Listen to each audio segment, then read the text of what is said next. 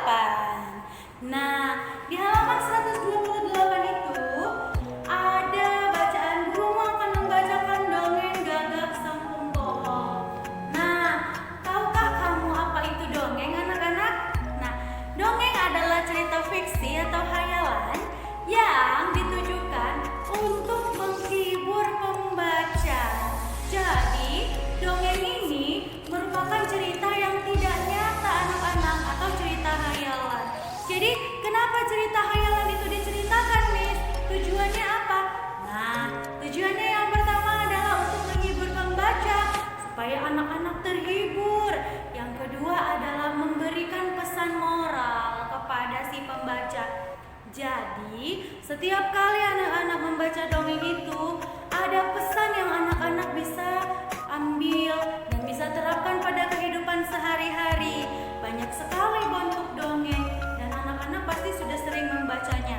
Contohnya, cerita si kancil dan kura-kura, ya kan? Kemudian Cinderella, Snow White, itu merupakan cerita bentuk dongeng. Nah, hari ini Miss Eka akan membacakan dongeng Gagak Sang Pembohong. Oke, nah jangan lupa anak-anak untuk mengisi absennya di kolom komentar. Sekarang semua lipat tangannya, simak cerita Gagak Sang Pembohong. Oke, nanti kita akan menjawab pertanyaan yang di halaman 129 bersama-sama. Jadi, simak ceritanya dengan baik. Boleh sambil ambil cemilan dan minum susu terus sarapan pagi.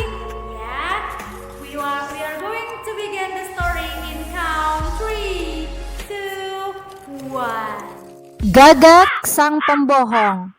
Di pagi yang cerah, 4 burung pipit sedang bercanda penuh keakraban. Beberapa saat kemudian, pandangan mereka tertuju ke arah dahan yang lebih tinggi. Di atasnya, seekor burung bertengger memandangi mereka. Ia layaknya seorang raja yang bijaksana. Warna hitam yang membalut tubuhnya semakin membuatnya tampak berwibawa. Hai burung kecil yang lucu, aku adalah burung yang sedang tersesat. Aku meninggalkan wilayahku karena di sana banyak pemburu yang mengincar kami. Bolehkah untuk beberapa hari ini aku tinggal bersama kalian? Aku akan menjadi sahabat terbaik dan siap membantu kalian. Burung pipit senang. Ia langsung mengutarakan masalah yang sering menimpa mereka. Tampaknya mereka sangat percaya kepada Gagak yang siap membantu. Kami sedih sekali. Setiap kali kami pergi mencari makan, telur-telur kami selalu dicuri oleh ular. Gagak mendengarkan dengan penuh seksama, sambil ia berpikir untuk melaksanakan niat jahatnya. Baiklah, serahkan saja urusanmu padaku. Silakan kau cari makan dan aku akan berjaga agar telur-telurmu tidak dicuri lagi. Burung-burung pipit pun pergi. Dasar burung ceroboh, mereka sama sekali tidak berhati-hati. Padahal aku baru saja dikenalnya. Sekarang saatnya aku menikmati telur-telur ini. Lezat sekali telur ini. Gagak merasa lapar lagi. Tanpa keraguan, telur-telur itu disantapnya. Saking lahapnya, tidak memedulikan sekitarnya.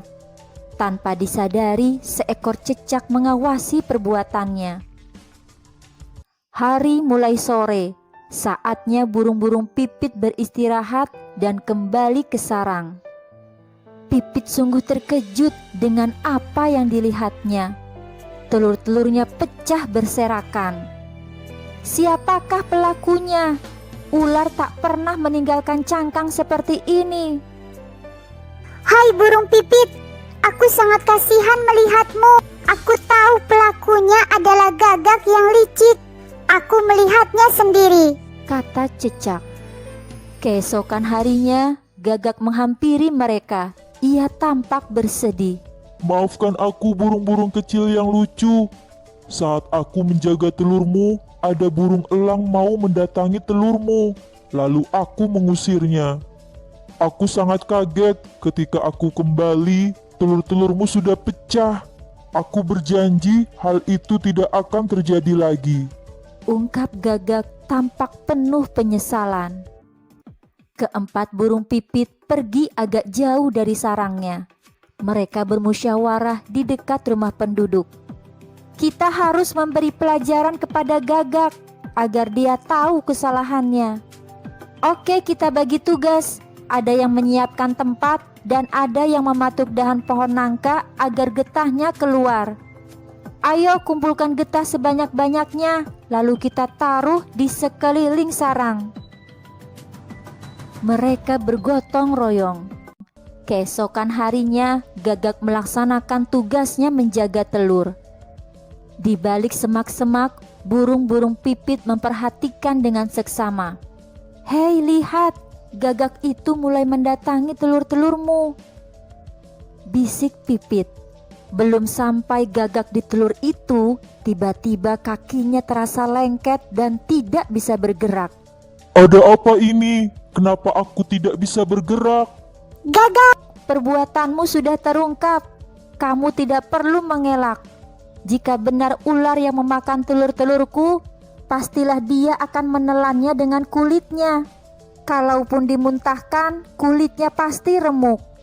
Cecak juga menjadi saksi atas perbuatanmu yang tidak terpuji itu, kata burung pipit. Maafkan aku burung pipit, selama ini aku telah membohongi kalian. Aku telah memanfaatkan kepercayaan dengan memakan telur-telur kalian. Kata burung Gagak. Baiklah, kami maafkan. Tapi kau harus berjanji untuk tidak mengulangi perbuatanmu lagi, kata burung pipit. Nah, anak-anak, itu tadi barusan cerita mengenai si Gagak sang pembohong. Wah, jadi apa nih pesan yang bisa kita ambil dari cerita tadi? Nah, jadi pesan yang bisa kita ambil dari cerita tadi tentu saja agar tetap memegang amanah yang diberikan seseorang, ya kan?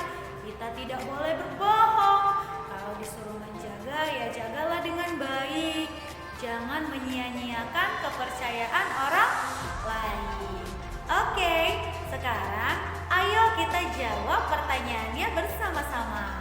Lihat bukunya dan kita akan menjawab pertanyaan sesuai dengan dongeng yang diceritakan tadi ya. Nah, sekarang kita akan menjawab pertanyaan sesuai dengan dongeng tadi ya. Nah, apa yang dilakukan sang Gagak, anak-anak? Ya, sang Gagak membohongi burung-burung pipit dengan memakan telur-telurnya. Number 2, apa yang dilakukan burung pipit untuk menjebak sang Gagak? Ya, burung pipit bergotong royong mengumpulkan getah sebanyak-banyaknya lalu ditaruh di sekeliling sarang.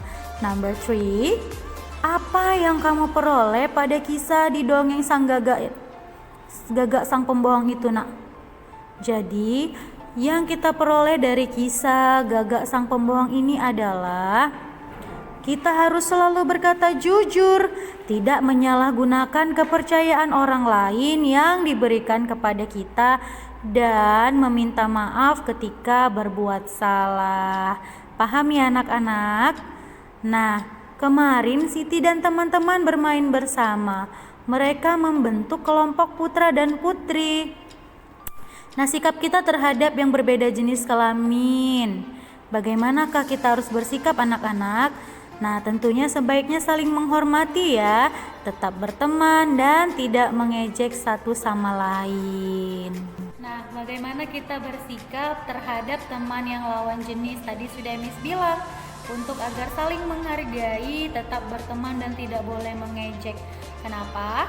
Karena kita semua adalah ciptaan Tuhan, ya kan sayang? Mau berbeda laki-laki dan perempuan, tapi tetap harus saling menghargai. Nah, itu tadi mengenai tema 3, subtema 4, pembelajaran 3. Kita akan melanjutkan ke pembelajaran 4. Oke. Nah, anak-anak, seperti yang Miss Eka bilang tadi, kita akan lanjut ke tema 3, subtema 4, pembelajaran 4. Buka buku kalian halaman 134. Upacara Hari Sumpah Pemuda. Upacara berlangsung hikmat. Upacara diikuti seluruh siswa dan guru. Pembina upacara memberi pengarahan.